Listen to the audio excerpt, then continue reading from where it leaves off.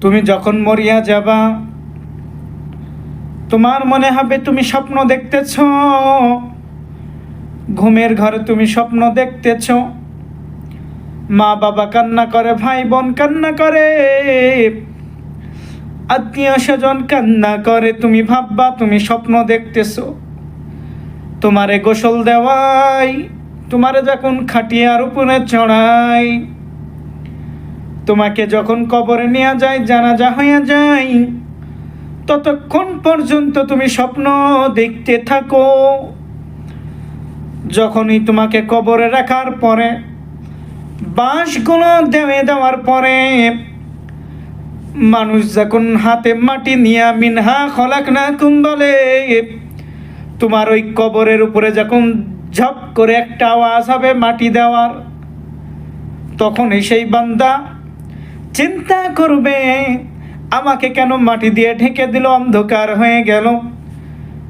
তখন সে চিন্তা করবে, আমি তো মরে গেছি, এটা কোনো স্বপ্ন নয়। মাটি দেওয়ার পরে আত্মীয় স্বজনরা সকলে চলে যাবে।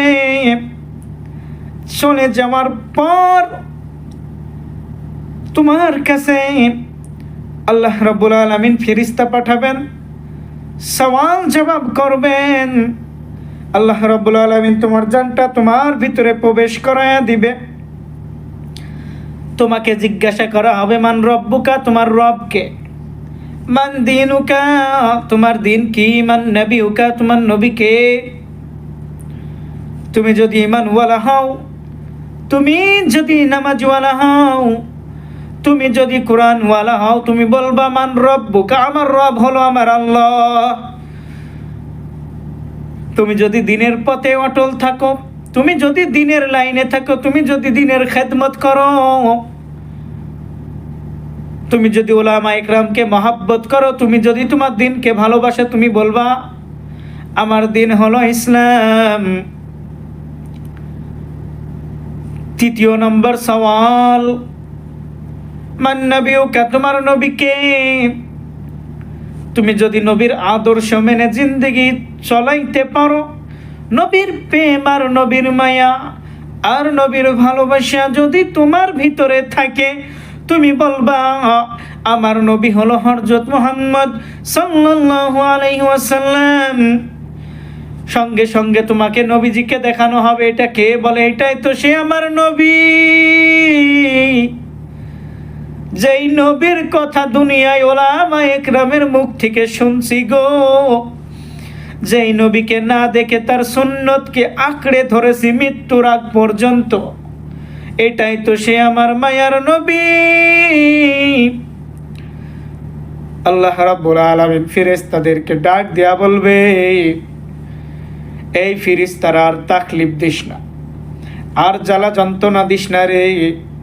আমার বান্দা দুনিয়াতে অনেক কষ্ট করছে, তারে এমন একটা আরামদায়ক বিছানায় ঘুমায়া দে, কিয়ামত পর্যন্ত তার যেন ঘুম আর না ভাঙে।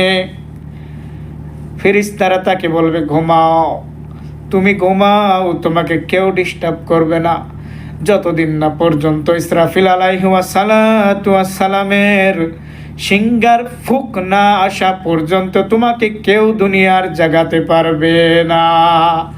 আর যদি বদকার হও, আর যদি বেনামাজি হও, আর যদি রসুল প্রেমিক না হও, ইসলামের প্রতি যদি তোমার ভালোবাসার মহাব্বত না থাকে, শুধু নামে মুসলমান বলে কালেমা তো পড়ে লিয়েছি, লা ইলাহা ইল্লাল্লাহ মুহাম্মাদুর রাসূলুল্লাহ, কালেমা যেহেতু পড়ছি, জান্নাতেও কিন্তু আমি একদিন যাব।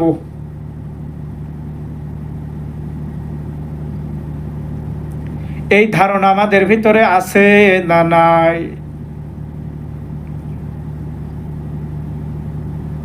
আল্লাহ রাব্বুল আলামিন সেই সমস্ত ধারণাকারীদেরকে আল্লাহ তাআলা ডাক দিয়া বলেন, ফাদখুলি ফি ইবাদি ওয়াদখুলি জান্নাতি।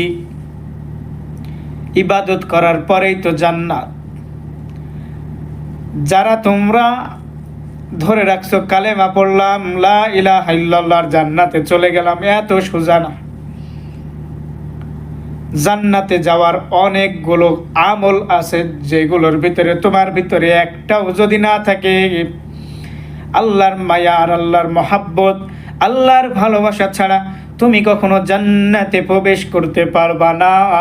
আজকে যদি তোমার ভিতরে আমার রবের ভয় থাকতো, তাহলে তুমি গুনাহ করতে পারতা না, সুদ খাইতে পারতা না, জিনা করতে পারতা না, এতিমের হক নষ্ট করতে পারতা না, অন্যের ধানের আল ঠেলে তুমি ধান লাগাইতে পারতা না, ভাইয়ে ভাইয়ে খিসখিসি করতে পারতা না, সুদের উপরে টাকা লাগাইতে পারতা না। আল্লাহর ভয় তোমার ভিতরে নাই, এই কারণেই তো তুমি গুনাহ করতে পারো। আল্লাহর ভয় যদি তোমার ভিতরে থাকতো, গুনাহ করতে পারতা না, খারাপ কাজ করতে পারতা না, জবান দ্বারা মিথ্যা কথা বলতে পারতা না। কারণ কি? বলে উপরে আমার আল্লাহ বসে আছেন, দুনিয়ার মানুষকে ফাঁকি দিলেও আমার রবকে ফাঁকি দেওয়া যায় না।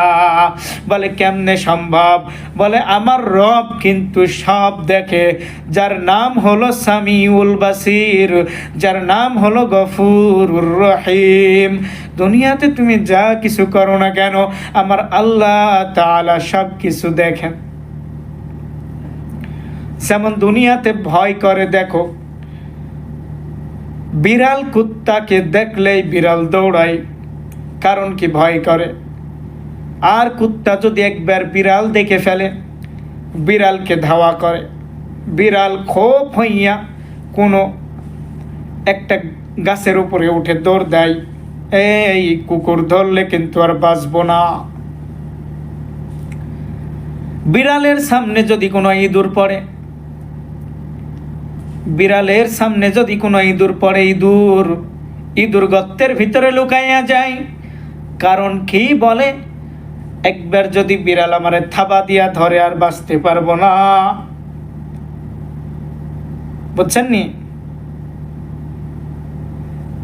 ইঁদুরের কিন্তু দুইটা ভয় আছে, একটা হলো সাপের ভয়, একটা বিড়ালের ভয়।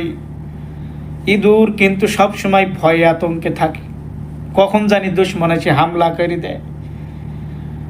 আর তুমি হলো সৃষ্টির সেরা জীব মাখলুকাত, তোমার ভিতরে আল্লাহ তাআলার ভয় নেই, কারণ গুনাহ করে করে করে করে, আল্লাহর নাফরমানি করে করে করে করে অন্তরটারে এমন ভাবে তুমি কয়লা করে ফেলছো। তোমার চোখ দিয়ে যতই কান্নার ভান করো না কেন নামাজে দাঁড়িয়া, তোমার চোখ দিয়ে পানি বের হয় না। কারণ কি? বলে দিলটা শক্ত হয়ে গেছে, পাথরের মতন হয়েছে রে। যতই ওলামায়ে কেরাম জাহান্নামের বয়ান করুক না কেন, কবরের আযাবের বয়ান করুক না কেন, তোমার দিলটা নরম হয় না।